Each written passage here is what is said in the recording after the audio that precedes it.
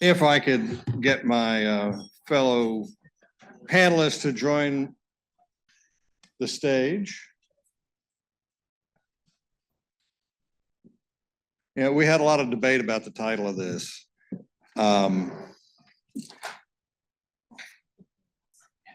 Sucks was not the word I wanted to use, but let your imaginations go wild. So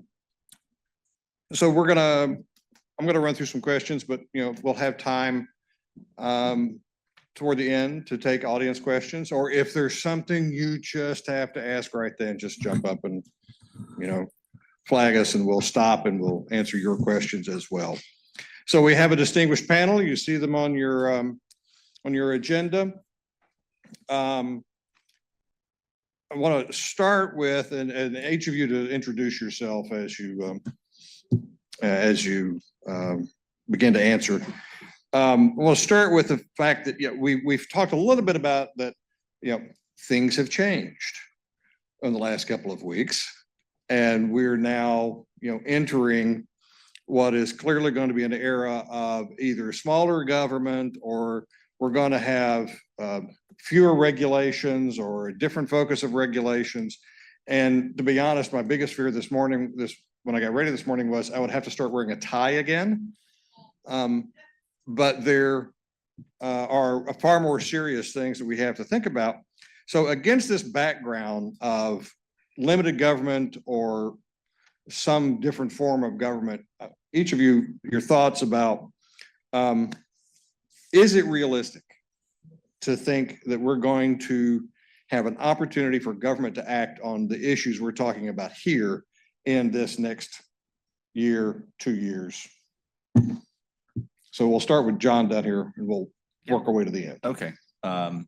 So hi, everybody. I'm John Breaux. I'm the Vice President of Public Policy, Telecom, and Fraud at the National Consumers League. In that capacity, I lead all of our public policy related to tech, telecom, privacy, data security, financial services, and many other things, as well as running our fraud.org campaign, which is a campaign that's all about educating consumers to spot the warning signs of fraud and advocate for policies that better protect them from fraud of all kinds. I'm also an ITRC board member. So Eva's comment earlier about 40% of our budget now being under threat because of the president's actions yesterday hits home. But your question was not, what can we get done? Not me kvetching about what has been done. Yeah. I think what is going to be important, and I'll speak only for myself and for NCL, is talking about this in a way that resonates with the frame that this administration seems to want to address go after all public policy. So, for example, when we talk about fraud and identity crime, the numbers are getting so big here that I can go into a meeting on the Hill or one of the agencies and credibly say, this is a $158 billion a year problem, Senator. And if we could cut it in half, that's a $75 billion economic stimulus with zero impact on the deficit and zero new taxes. Like, doesn't that sound great? And here's my plan for doing that. Or if we go in to talk to somebody who's a defense hawk, it's this problem is huge and it impacts consumers in your district or your state every day. But this is also a national security issue. This is money that is going from Americans' pockets into fraudsters' hands and ultimately into the coffers of organizations and countries that are actively opposed to the United States. And we can say that and back it up with information about organized crime gangs in Southeast Asia, about how folks like in North Korea are getting laundered money through identity fraud schemes. And so it's not changing what we want to get done. The goals for my organization are still the same. We want to put more responsibility on to the companies and businesses whose services are being used and abused by fraudsters to the detriment of consumers like the one we just heard from earlier. It's more about how we are framing this and the benefits that this has to folks who come at this from the point of view of wanting strong national defense, wanting lower taxes, and wanting to have the greatest economy in the history of our golden era that we're going to have now. So how do this policy get us to that? So I hope that answers your question. Yes, thank you. Kimbo, what's your take? Hi, I'm told to introduce myself and then answer the question. So I'm Kemba Walden. I am the president of Paladin Global Institute, which is a local venture capital firm that invests in seed and growth companies around security, cybersecurity, AI, biotech, that kind of thing. My job is to lead private capital into the process of policymaking as the president of Paladin Global Institute. Before that, I was the acting national cyber director in the White House. And before that, I was at Microsoft chasing ransomware actors out of the digital crimes unit. So first of all, I want to say thank you to Linda's testimony there. That was impactful for me. The whole time I was listening to her, I was thinking, that looks like my mom. And so if we can have people like Linda talk to policymakers like me directly, I think that would have an impact. I have to be, you asked what, in this new environment in the next year or two, what can government practically do? I have to be optimistic that government is going to have to do something. It's not going to be easy, particularly in this environment of shrinking government and freezing budgets, but we have to do something. What that is, it's unclear. It's unclear to me. That's not the answer you want to hear, but it's unclear to me. What has to happen is that industry has to be required to take better action. And if it's government that causes industry to do that, if it's innovation in how we protect consumers, we have to do that. If it's finding opportunities for better identity of persons and devices, frankly, have identities too. We have to do that. But it's going to take, like Linda said, a centralized process, a centralized government accountability for some of the actions. So I was encouraged, for example, that identity was addressed in President Biden's executive order, and executive order 14-144. Doesn't go far enough, in my opinion, but at least it was addressed in that executive order in a way that it hadn't been in the last 4 years. And then I'm encouraged by the fact that it hasn't been repealed, right, or reversed in any kind of way. Not yet. Yes. I know I'm still looking at my watch, but still, it hasn't happened yet. Hopefully no one's listening to me and goes back and looks at it and tries to repeal it. But there are some opportunities there, I think. The only thing that that was missing from that executive order was a role for Government Services Administration and improving login.gov for federal services. That was the only thing that I saw missing. But we have to figure out a way to raise some minimum requirements on industry to do better. Her story about Bank of America hit home, and that we can't let that happen. Dan. Good morning. Thank you for having me. My name is Dan Lips. I'm a senior fellow at two think tanks. One's called FAI, where we're focused on promoting innovation, managing national security risks, and government modernization. The other is called FreeOp, where we're focused on expanding equal opportunity. Earlier in my career, I worked as the policy director at the Senate Homeland Security and Governmental Affairs Committee, where I was involved in bipartisan cybersecurity legislation over the past decade. And before that, I worked in the cyber division at the FBI. To your question, I think we're 1 week into a new administration. I understand there's lots of concern about some of the recent decisions that have been made, but I'm broadly optimistic that one of the areas of where we could see some progress is around government modernization through this new Department of Government Efficiency.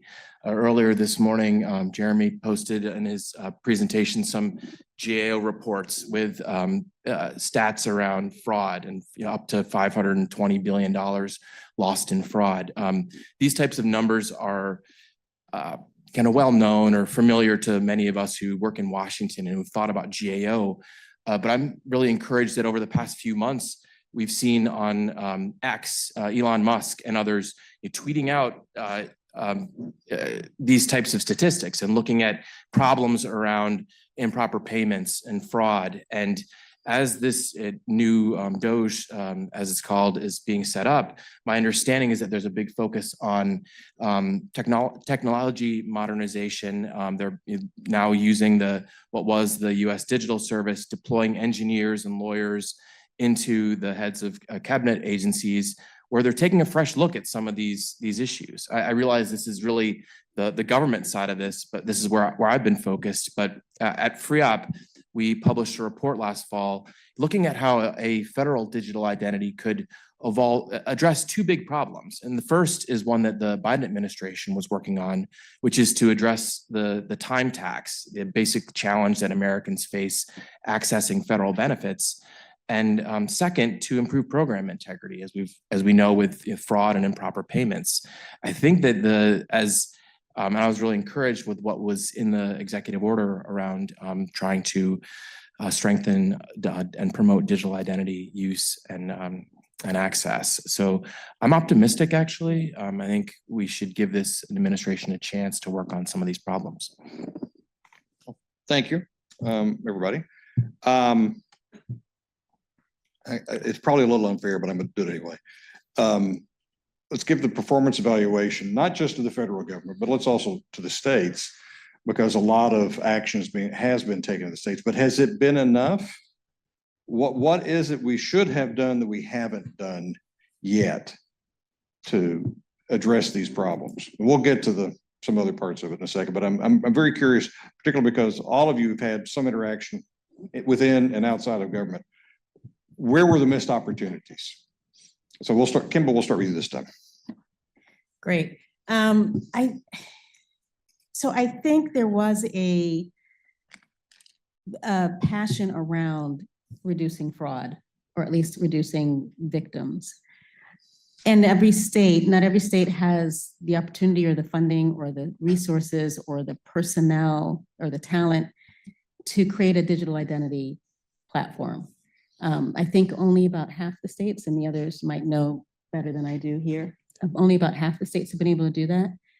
My concern is with yesterday's actions, removing the grant making process, state and locals are going to suffer, and they won't be able to do that IT modernization that's necessary in order to be able to pursue digital identity.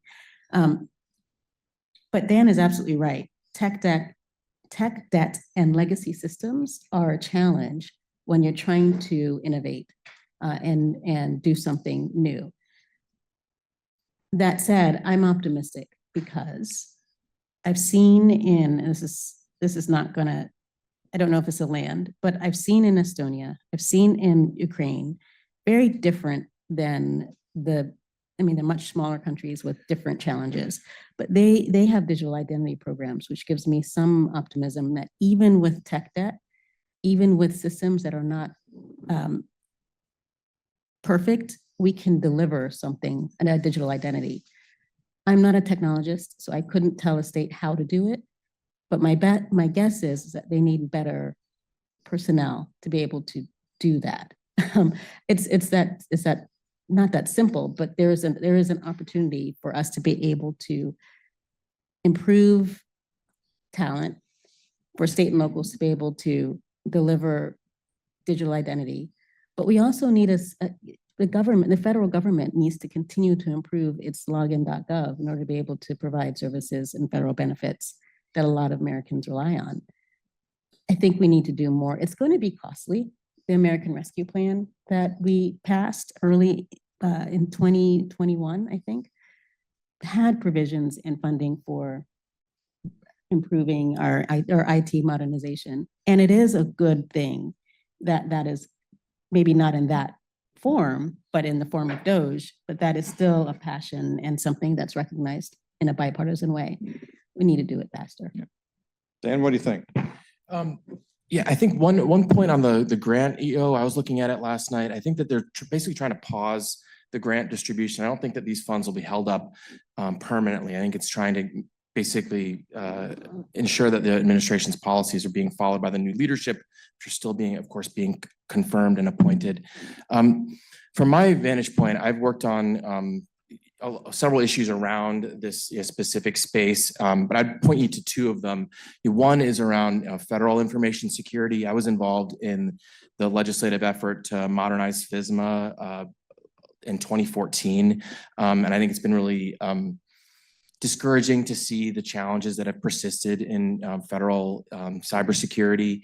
I think there's many reasons for that. We were optimistic at the time that the changes that were being made would help address the well-known challenges. And I think that as we're talking about the risks around cyber threats, we're focusing a lot this morning on what the private sector doing, but for government to have a really credible engagement in that role. And if we want government to be more of a regulator of the private sector, it needs to protect Americans' own information. As we've seen from OPM breach with my and millions of other security clearance files lost to the wind and monthly major cyber incidents, we need to see more focus there. I think we need to see more focus on deterring cyber attacks from the law enforcement and national security side. I think that's an area where all of the administrations going back over the past 10 to 15 years should have focused more, and hopefully will focus more in the future. It was encouraging to hear Linda's story about local law enforcement getting involved. I think that's a good example of where we need to change the thinking of the adversaries. One last thought, I think broadly on the area of improper payments, there's been a lot of bipartisan support at the and focus at the committee where I used to work over the past 20 years to try and get better estimates and to try and curb improper payments. But that's still a $150 billion problem according to the most recent estimates.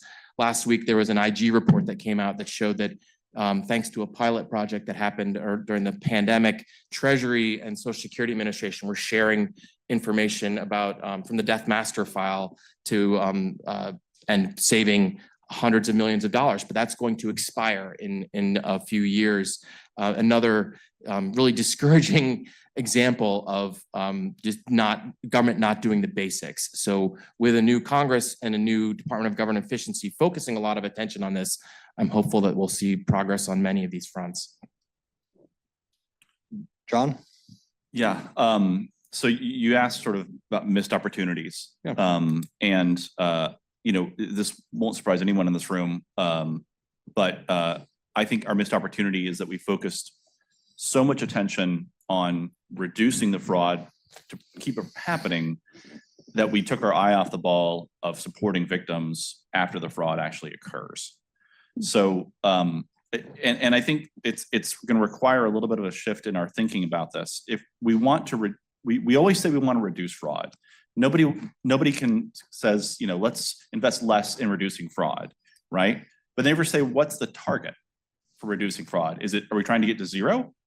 Are we trying to reduce it by half? Are we trying to reduce it by X percent? I ask this question of folks all the time, and I rarely get a great answer, at least to me. On the flip side, what I hear is stories like Linda's, and she is not alone. And I couldn't help but think about, she lost $5,000. She is a reporter at the Boston Globe with a long career of achievement. Her time that she spent dealing with this fraud was worth way more than $5,000. But yet I am very certain that she did not get compensated 1 cent for the amount of time that she spent trying to get back her $5,000.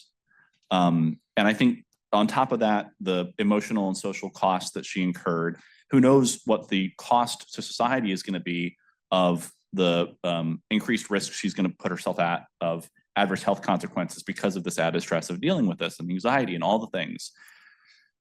And if you take that and sort of extrapolate her experience, which is not unique, across the whole victim population, what you have is societal costs caused by identity fraud that are costing taxpayers, people who aren't even identity fraud victims, to deal with it. We are all shouldering the cost of identity fraud. So what I think our missed opportunity and what I hope the next 4 years will bring is an increased focus on how do we help these victims recover? How do we help them be made whole? How do we help them recover and be made whole more easily, right? I mean, I would love to see, rather than her having to call the Massachusetts Department of Taxation and the Corporation Commission and fight with Bank of America and freeze her credit report, that the company that was where the fraud happened, in this case, Bank of America, is responsible for paying for somebody to take care of all that stuff for her, right? I don't think that should be on her. And she has the resources and the communication skills to do that. You know, we talk to people at fraud.org all the time who just have day jobs, multiple jobs, taking care of kids. They, don't have college degrees in writing. Their ability to communicate what has happened and what the resolution they want to be is much less than hers is. And so to expect everyday consumers to manage this fraud that occurs thanks to organized criminals is too much to expect. And I think that they need help. And I think that if we put more of our resources and our time and our attention towards supporting the victims after the victimization has happened, you will end up having an ancillary benefit of reducing fraud on the front end. Because if there are costs that aren't borne by the consumers for recovering from that fraud, it'll be borne by somebody. And the person, the organization, or the company that bears that cost of that fraud will do everything they can to try and reduce that cost. Because right now, once the fraud happens, it feels like consumers are on their own. Where's my soapbox to get off of?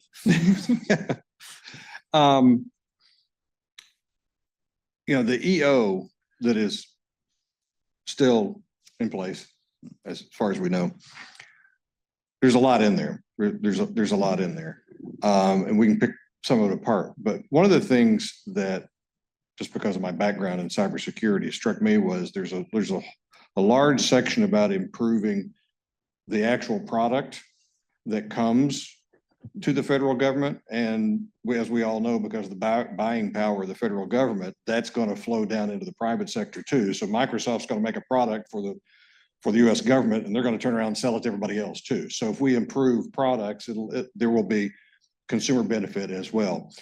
And a lot of it spends time talking about we're selling products which we know were flawed into the government. We don't patch them.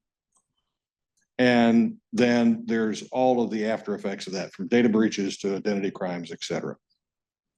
How do we, if we don't have an executive order, if this gets repealed, if we don't have mandatory regulation, because the Supreme Court has said Congress has to mandate it and there is no congressional mandate, how do we improve this? How do we improve this situation? So Dan, you get to start this time. Sure. Well, I think one aspect of the executive order that I was really excited about was the focus on promoting digital identity use. And I think that that's, to my mind, a very useful place to start for the new administration, to think about how can we make government programs more accessible to the American people? How can we make them more secure? And how can we make them less susceptible to fraud and to improper payments and misspending? And if you, I would really hope that that aspect of the executive order is carried in and executed by the new administration. There's good language around using grants. Yes, I know paused, but using grants to encourage mobile identities, looking at having the Treasury Department provide warnings to Americans when their information is being used or applied for government benefits. I'd like to see them go much further in the new administration to think about how voluntary digital identities could be used to make services more accessible. Think TSA pre-check for government benefits. Let's streamline your interactions with government across the board. As we've seen in Estonia, there's a lot of popularity around how their national digital ID has worked. It's I think an area where there's some bipartisan support and agreement. It may require the Hill to engage, as I mentioned, on the data information side and sharing side between agencies. That's really critical. But I think there's it's a win-win from a government benefit side and a program integrity side. John? I think that digital ID, I'll admit, my thinking on it is evolving, right? When we first started talking about digital ID, all of my privacy alarm bells started going off. I worry about the integrity of that identity and whether it actually provided a net benefit to consumers. I think as the years have gone by and the technology has gotten better, it feels to me as an everyday consumer that the risk reward calculus has shifted a little bit. I know what the cost of the fraud is, and the risk of something happening with the technology powering the digital ID seems low enough that I'm more accepting of it now than I probably was 5-10 years ago. I got to absorb that for a second. I probably got to mark that on my calendar too. Kimba, before you answer, because you and Dan have both mentioned Estonia and I believe Ukraine. There are other European countries now that have some form of a digital national ID. Some work better than others. That's always been something that we have resisted in the United States. Sort of one of the defining differences in our view of privacy in the US versus the EU is in the EU, they trust the government with everything. They trust the private sector with nothing. And we're the exact opposite. Mm-hmm. We're the people that will give our social security number to a t-shirt vendor outside a football game and then complain about our loss of privacy. Yeah. But we don't want the government to have anything. Yeah. So how do we square this move toward a digital identity, which solves a multitude of ills? Are we seeing a sea change here in the US? So I don't want to repeat some of the things that I do agree with between the two of them. So I'll just add. Yeah. It would be lovely if we had a national privacy law. Like it would be great if we had a data privacy law, a federal privacy law. That would be a ground floor for Amen. And the National Cybersecurity Strategy, by the way, has a statement in there that we should have a national, and it was signed by President Biden. The second thing is, I think you brought up Loper Bright or the rolling back of Chevron deference. I can't remember who mentioned it. Yeah. But I would love to have 1,000 Lindas educating members of Congress, now that we have to rely on members of Congress to be subject matter experts, in order to be able to develop some sort of sweeping national law that will enable trust in something like digital identity or mobile identity. Those are two things that are not necessarily sexy, but that I think would help us move the ball forward.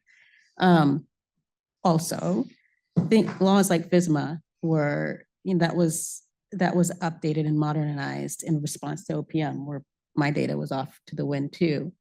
We need to continue to update what we are requiring of the federal government and what we're mandating for the private sector to do in order to keep up with technologies. I really do enjoy my bank calling me or sending me a note whenever they see some behavior that is not typical. And more often than not, it is me doing something atypical, but I love that my bank can see that. And so relying on new technologies is not always a bad thing, but we do need to start with on the trust level with a national privacy law. Obviously, digital IDs broadly are the purview of states today. Yeah.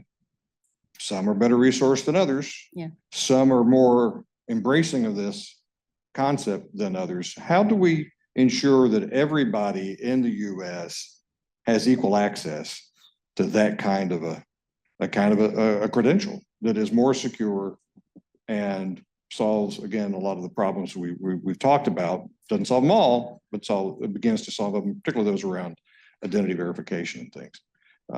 So John, what do we do to bring the states along? Yeah, I mean, so it's a hard problem, right? Because at the end of the day, what does success look like if we get every state in the country to roll out digital ID that's safe, secure, and accessible?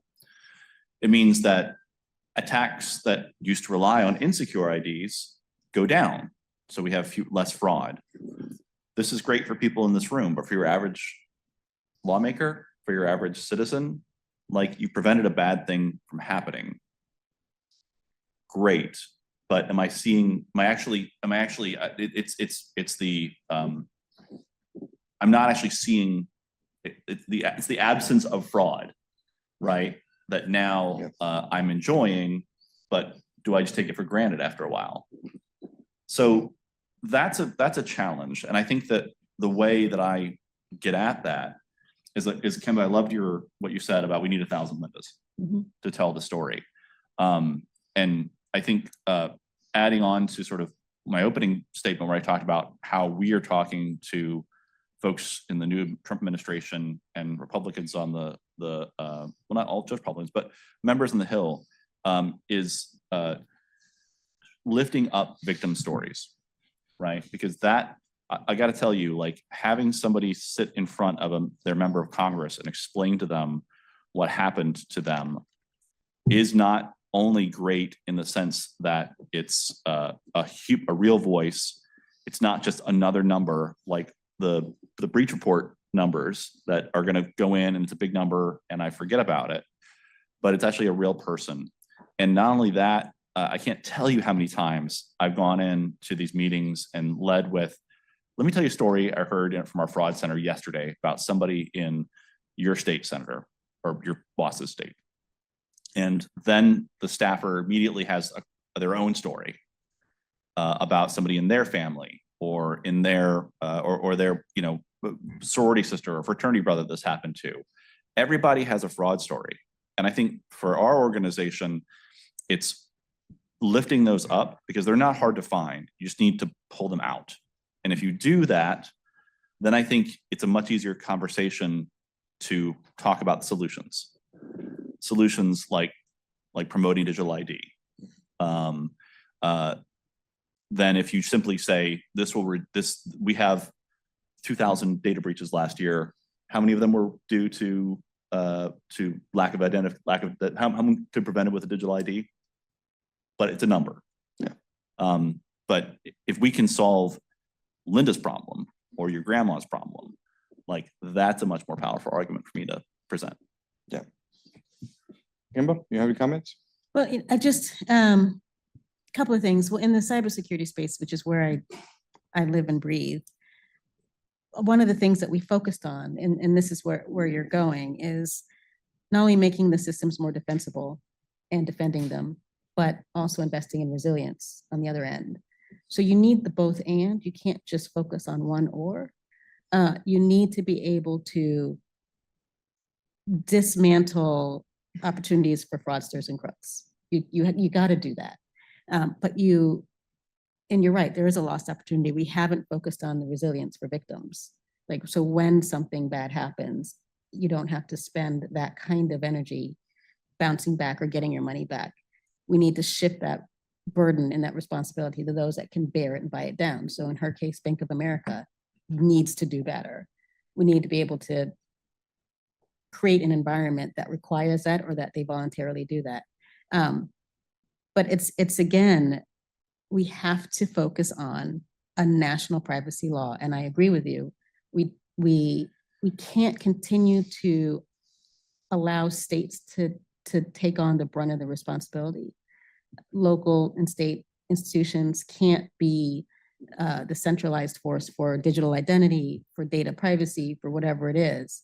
Like I said, I really do enjoy my bank, whatever technology they're using, understanding my behavior and my patterns, which is not me giving them my social security number, which is literally when am I working and when am I not? Where am I traveling? When am I not? Do I normally travel to Estonia or not? I enjoy that. And so we need to be able to have a level of that here in this country so we can protect victims from crooks and fraudsters, but also build in some resilience. Dan? I agree with a lot of what's been said. I think I'll just add that Oh, come on, disagree. Come on, we need some disagreement. Well, I think that it would be useful for the new administration and for Congress to be thinking about ways to incentivize states to move forward with digital identity. And it's a hard problem, as was said, but one area where we think there's a real a big opportunity is around improving benefit administration. There's lots of people don't get the government benefits. Lots of disadvantaged Americans don't get the benefits that they are entitled to under federal law because it's too hard to access federal programs. If it can be proved either by federal, state governments, that you can improve the customer service experience of interacting with the government by enabling a digital identity as an option for people to use. I think that would go a long way towards moving the states to enact these on a broad basis and to creating some momentum for the federal IT and acquisitions changes that'll be needed and legal changes that'll be needed here to align with that. It is a big problem, and there's lots that needs to be done. But that seems to me to be the biggest opportunity, is that customer service experience and helping disadvantaged Americans access those benefits. Okay, well, I've got one last question, but I want to give you guys a chance. If you have a question you'd like to ask before we wrap up. Yes, ma'am. Kim. So it's not really a question. It's more of a moment for myself, I think, but maybe other people have already had this thought process. So many of us have been in the industry for a long time. And in 2009, when they passed the HITECH Act, I just kept thinking about that as you all were talking for some reason. There was so much focus on it and energy, and it wasn't about the things that were the characteristics of a good electronic health record. So privacy enhancing, that's important for an electronic health record. Secure, all those things. It was the whole act of just creating and having getting rid of all the paper processes and having everybody deal with it, not just government agencies, but commercial. I think we're not looking at identity broad enough. And Jeremy, I'm sorry that it sounds almost like INSTIC, and I don't mean to make it sound like INSTIC, but which was the standard for trusted identities in cyberspace, right? But the whole idea of trying to find what actually makes identity meaningful to commercial organizations and government agencies, I think is really a stronger, or something that might make things move faster. We've been trying to nibble at it from the sides. And I think that that's one of the challenges I see. So over what, 25 to $30 billion was invested in the HITECH Act. And that's the kind of money that's needed to overhaul the health systems. We need more than that to overhaul identity systems. So I think that the incentive piece that Dan, you brought up, was the big driver for the HITECH Act. The hospitals received incentives to actually deploy it. And so maybe we're going at it as a carrot versus stick approach, right? We need to stop trying to point out Bank of America or the other banks that were part of the problem or that were impacted, because they weren't the only bank that was impacted in her story. I had to go Google and read the story real quick. But it is the whole idea of trying to incentivize these institutions, whether they be commercial or public, to be able to actually improve their processes is what I'm thinking. And Okay, improve their before systems. you guys answer, I'm going to weave in my last question, but it's going to follow on to what Kim just said, and that is this. There are 7,000 cyber attacks every second in the United States. 7,000 every second. That's 600 million in the course of a year.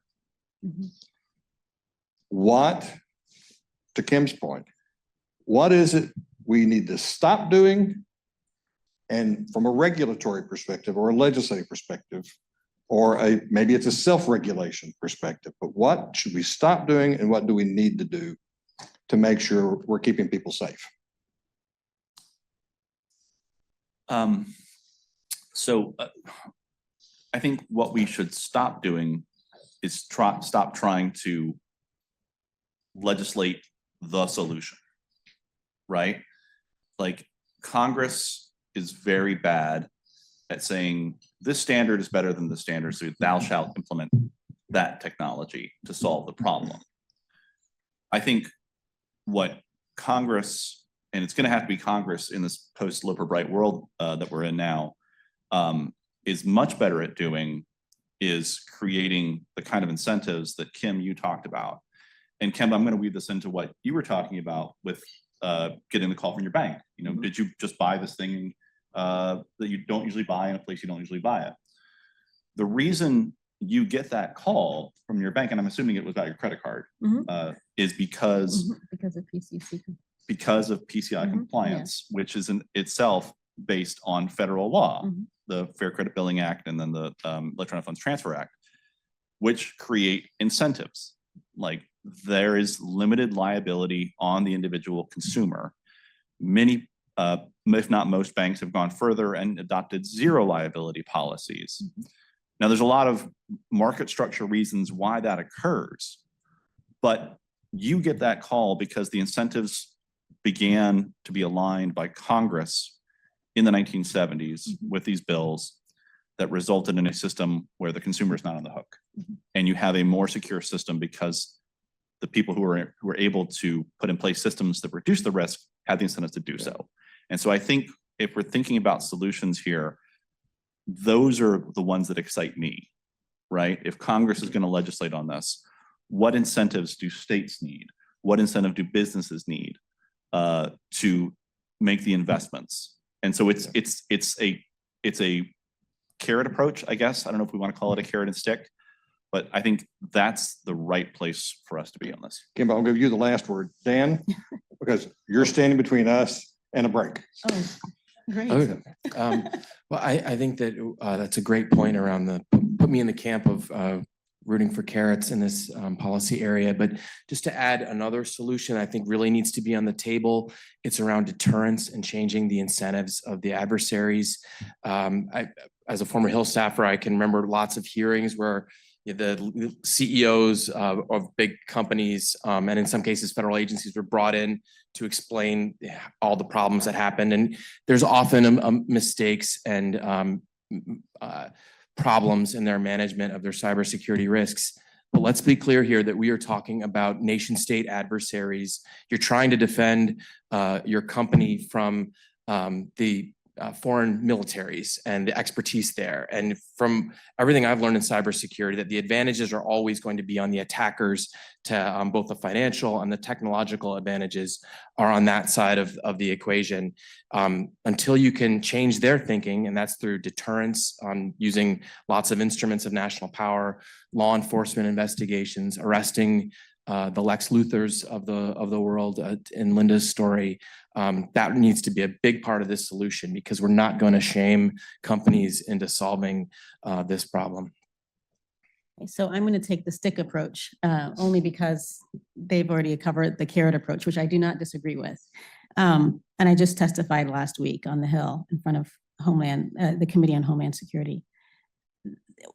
First of all, that's an optimistic point because the full committee took up cybersecurity for its first hearing, which is amazing to me. It hasn't been done before. A couple of things. One, we need to assign liability where liability belongs. So for things like bad software development or not fixing known vulnerabilities or putting something out on the market that's not secure, that doesn't use the right memory safe language, whatever it is, we need to assign liability where liability belongs. We need to incentivize getting rid of tech debt. We need to raise minimum cybersecurity requirements. And in terms of deterrence by denial, I think is something that we can't skip over that as an opportunity before we go on the offense. But we got a lot of questions around having industry show up to a fight with nation states with pots and pans. And that's not exactly how the question was phrased, but that's how I understood it. We need to do better at helping industry figure out what defensive measures they can take up to, but not including hacking back.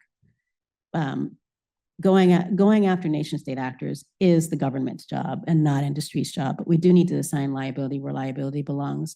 We do need better technical skills and experience throughout industry and state and local government.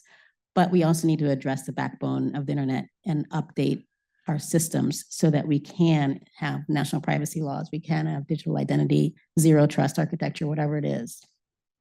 That's what I. All right, and that is that. So if you have any questions for the panelists, track them down at the break.